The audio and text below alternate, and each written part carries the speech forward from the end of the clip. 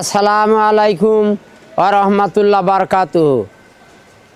আমি মোহাম্মদ ইব্রাহিম সরকার বটকাওয়াক কেন্দ্রীয় জামে মসজিদে দীর্ঘ 14 বছর যাবৎ বটকা জামে মসজিদের মজ্জিম করে আসিতেছি নিষ্ঠার সহিত।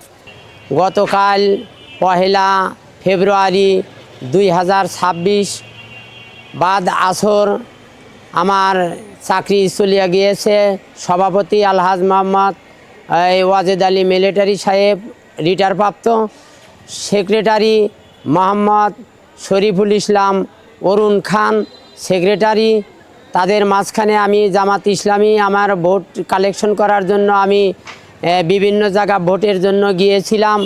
এই কারণে তারা বলছে যে আমি আর তাহলে আমাদের এই ভোট এখানে জামাত ইসলাম করা যাবে না, আপনি দাঁড়িপাল্লায় ভোট দিবেন, কিন্তু মাইক দিয়ে আপনি এরকম প্রচার প্রচারণা করা আমরা তাহলে বরদাস্ত করব না। তাহলে বললাম যে কেন, আমি জামাত ইসলাম আগের থেকেই করি, এখনও করবো ইনশাআল্লাহ। বললো না, করা যাবে না, তাহলে তো আপনি মার্কেটে আপনি মাইক দিয়ে আপনি প্রচার প্রচারণা করা যাবে না। আমরা তখন একটা 31 তারিখে এটা সভা করি, পথযাত্রা সভা। সেই সভার পরে আমাকে 1 তারিখে আসরের পর এসার পর বললো যে তাহলে তুমি চলে যাবে, কিছু টাকা পয়সা পাওয়া যাবে, সে টাকা পয়সা তুমি দিয়ে তাড়াতাড়ি চাবি জমা দিয়ে যাও।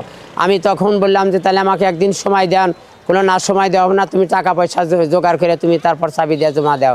তারপর আজকে 2 তারিখ, তারপর 2 তারিখে আমি রাত্রেতে ওই টাকা পয়সা হাওলাত করে আমার কাছে 6000 টাকার মতো টাকা পাইতো, সেই টাকা আমি দিয়ে তারপর চাবি দিয়ে আমাকে বিদায় করে দিছে।